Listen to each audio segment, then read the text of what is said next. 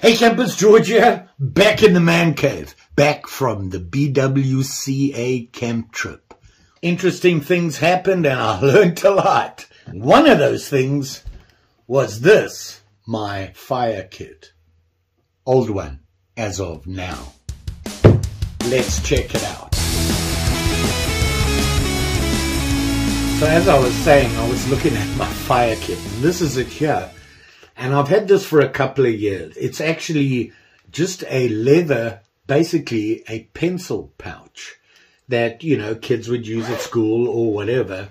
You could keep it in there. And I thought it would make a great fire pouch. And it has, until this trip. Spoiler alert. If you don't want to hear this part, because there's a video coming out on the camping trip, skip ahead. The camping trip was kind of wet to start off with, and everything got wet, including my fire kit. Was it a problem? No. I could still use it because I use a ferro rod. I have things in plastic and things like that. The problem I had is that this, the leather, soaked up every drop of water it came into contact with. It was soaking wet. I couldn't put it in a bag or anything like that. Simply because it just made everything else wet. So I figured, you know, that's not going to do for me. So when I got back, I really thought about that. I said, I've got to find a different pouch. Something that's not so absorbent. And I got home, there was a parcel sitting on my table waiting for me. Roaring Fire. You know, I'm starting to think that they can read my mind. They sent me this guy. Yep, another pouch. And I love their pouches. Use them as a medical kit, survival kit, emergency possibles pouch, things bag, whatever you want to call it. Well, now they've sent me the Ember, which is probably the smallest one they have, I think. Here it is here. See that? You can see right away it's a Roaring Fire. They all look the same. And of course, their stitching, the end result, they look nice, they feel nice, they're sturdy, and just really well made. So this one being the Ember, and I thought, fire kit, looking at this pouch, I haven't opened it yet. Let's open it up. Let me just show you. It has the molly on it, so you can attach it to a pouch. They always have that, both sides, you see that. And it has a little carry, like all their stuff, the full open zipper. Here you have your rubber holding stuff here. I don't know what they call that. But you can stuff stuff in there and tighten it up and things like that. So, whoa, bright. Here's the inside. Look at that. I say bright. It's not a problem. In fact, this is the best idea they came out with. They always have a very bright inside. The advantage to that, it's easy to see your stuff. If you have a dark inside like that and you put a ferro rod in there, it's harder to see. The key chain, I like to call it my house key keeper, car keys, whatever, you can put anything and you can attach it on there. It's on a swivel, it's attached there. And it has their typical style of layout, which means a big full pouch on both sides. You can see the rubber bands and the way they stitch them, and they're different sizes. You can see here it's a bigger, wider band there, and then in front of it is smaller ones. You can see it on the stitching there. Very typical for Roaring Fire. If you've seen one of these bags or own one of their bags, they're all designed the same way. The nice thing about that is if you have a couple of them, you're familiar with them. So I'm thinking the Ember should be my, no pun intended, fire pouch. So I don't want to just put my fire starter and a ferro rod in there. I'm going to fluff it up a bit and put all sorts of things in there. You know, you can always play with them. Everybody likes to make fire, right? Or is it just me? So here we have it, Jan. We have a bunch of pouches. So I've dumped this guy. I really like this, and I'm going to find another use for this. This bag has really done me well, and it's from Rustic Town. Nothing wrong with the bag. The stitching and everything is still together. Everything works fine. The problem is it's been 3 days since it got soaked. And it still feels damp. I was kind of surprised how much. And the funny thing is, it actually shrunk a little bit, which is typical for leather. Was it a problem? Like I said, no. The problem was putting it back into a bag with other dry stuff. It just made that all wet. So this is going to become a something else pouch. I'm sure I'll find a thing for it. Back to the pouch. So like I said, this is the Ember Roaring Fire gear. And if you wait until the end and you decide you want one of these, down in the description below will be a discount code for you. 10%. Woot! Just saying. They sent it. I'll put it below if you just... You see this where they have a front pouch on it. One is down the outside. Oh, it's just on the one side. They have a little Velcro where you can put something in there for quick access instead of having to zip it open. So now that I have another pouch, I can even put more stuff in it. You know me, I overpack. Okay, so we're going to make a fluffed up fire kit. This is all the stuff I had in there in a plastic bag, which is torn, so the whole waterproof thing went out the window. And I have a bunch of stuff in there, and I'm throwing stuff around. You know. What have we got here, and what do I use for fire starters? For me, the first thing I go to is a lighter. If you're in a tough situation and you need to warm up or dry things because you got wet, it rained, whatever, you need to warm up before it gets dark, or get some sort of, you don't want to be sleeping in damp clothes, and you need to warm yourself up. It's just a survival thing. You need to get a fire going right now. This should be your first option. If this fails, then you can go to the other options. Now, people often say to me, why do you always use a ferro rod? Well, I think it's cool. And the other reason is, this is my go-to if this doesn't work. Say my bit gets wet and the flint's all messed up. Well, what to do? I know, even in the wet, this will strike. A ferro rod, that's the #1 reason I like it. The other option you can look at is one of these. And this is... It's a magnesium block, and it has a little ferro rod on there and a striker. I'm sure you've all seen them. If you've never seen them used, my Boundary Waters video from last year, 2023 one, Will showed you how he uses these. He prefers these to anything else. And he shows you how to use it, basically how to get the scrapings off here and then hit it with a fire rod. They do, magnesium burns really bright, really hot, very quickly, but it'll light anything that is burnable. So there's that. You got a lighter. Fire starters is what you need. Now, me personally, I'm a big fan of laundry lint and Vaseline, petroleum jelly. I like to use that because it seems to work for me. Even when, and it's a little damp, you put the petroleum jelly on, that'll burn. It's jelly, it's waterproof. So if you can get a spark on it, it'll burn. Use this to start it. So I like to have that. Another option, and if you know Lee, Usual Suspects, the guy I went to the Boundary Waters with, Fatwood. He's a big Fatwood fan. And to tell you the truth, I've been a lot of places with Lee, especially lately, wet wood and things like that. He went and got some Fatwood, and he got a fire going. And the wood we were using was terrible. It was damp. His other favorite tool is this guy. And this is a blowy thing. Good way to get embers going into a flame. And it's just one of those, what I call an antenna. I call it my fire antenna. And when you blow into this, it really concentrates the wind. Fire, in order to work, needs oxygen, and you're giving it a bunch of it, and it'll keep it going. Handy thing to have if you're struggling to keep a fire going. So we've got that. Okay, I'm going to start putting things on the other side. We've got that. We've got Fatwood from Germany. Thank you, Tom. I've still got more.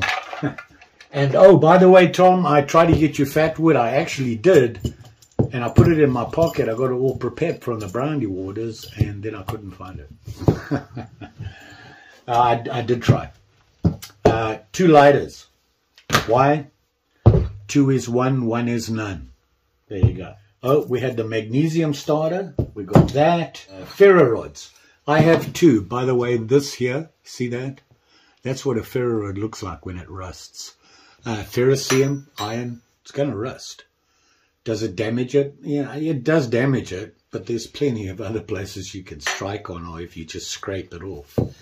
This one is one that came with its own striker. You know, it was pretty cool because it all sits together like that.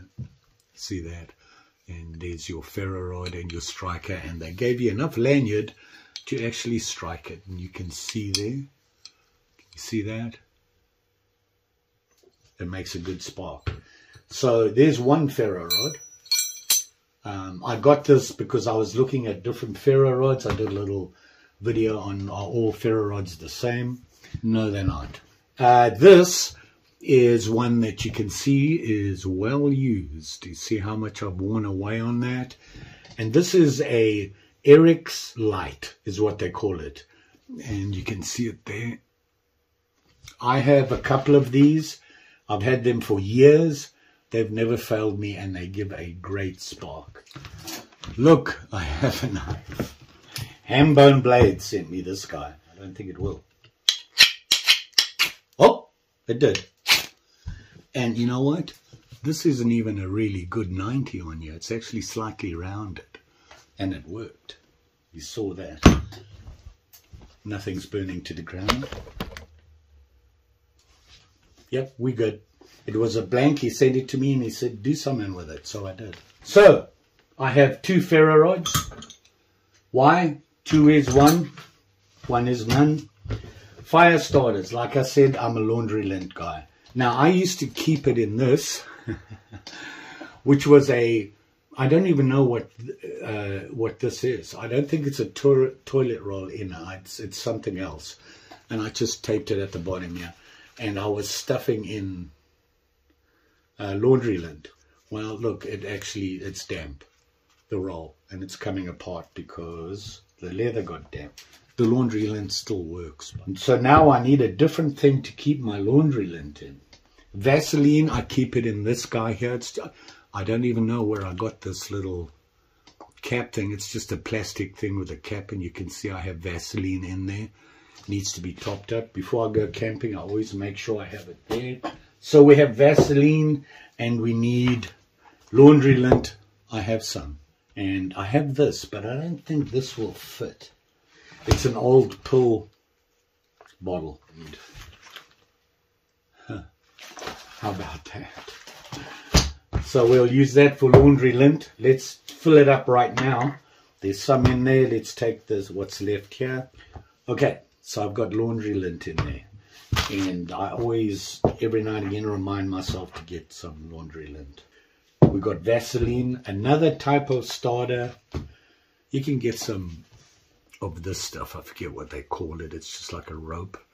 And you can fray it up, cut it up, and it makes a really good tinder. And you can strike onto that and it'll work. And it's a small piece.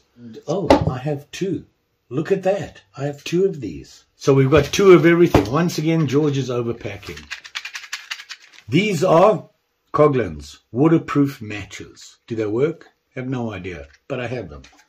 So we'll put that there. I found this Scout Doors. This is meant to be a permanent match or whatever they call it. It's kind of like a Zippo lighter idea. A bit of fluffy on the end here. You can see that. And inside here is a piece of steel for striking. And on the side there, they have a tiny, teeny ferro rod. If you watch this, see that? It doesn't give a great spark, but here's the trick. You put lighter fluid in here so that when you unscrew this guy, and it does have you can see it has an O-ring on it, so it won't leak. So when you pull this out, this stuff has soaked up the lighter fluid. I'm not a big fan of this, makes me nervous. I have to be sure it's not going to leak. And you can seal it in there anytime you want it. It's like a mini ferro rod matchstick. We'll put that in there. Why? Because we can. Here's another style. If we have room, we'll put that in. 2 is 1. I'm doubling up. And I found this and I thought, what is this? Well, it's a hand saw. Do you look at it there? Is it a good one? Probably not. It's not very big. It's not going to allow you to cut anything big. But I'm thinking, you know what? You can cut up small branches. A good thing to have, just in case. So I thought that would be a cool thing to have. Obviously, we're going to want a small knife. You want something that will strike a ferro rod and allow you to make tinder. Okay, I just remembered when I was on the trip, we were out canoeing, and I had we have to wear our life jackets. It's a requirement. You should anyway. Having a life jacket is a good thing. And I forgot I had this in it. This is a just very basic survival knife. Where I got it, I don't know. I think it was a promotional thing. I'd forgotten about it, but it's in one of the pouches for my life jacket. And there it is there. You see that? It's pouch. And it has a little ferro rod in it. And I'm wondering if this fits in the pouch. Maybe I can have that in there just as a backup. So let's see. Here's the pouch. I'm going to stuff it in this big pouch, at the big pocket at the back here. I can't take it out of the sheath because it'll cut everything. And you know what? It's made for it. Look at that. Will it zip up? Yep. Okay, we got a knife. So we got a knife with a ferro rod and a striking surface. Okay, I'm going to stop there because I think that's more than enough. If I have room, I can figure out something else to put in there. So I have the pouch here. So I'm going to put this guy in at the back here. He's the bulkiest thing, and he will be the first thing to go if this one tows when I'm done. And remember these elastic things, they're different sizes. Here's a big one. So, that'll work. These little things. We can put these in here, and this in there. Lighters, we can put 2 lighters in.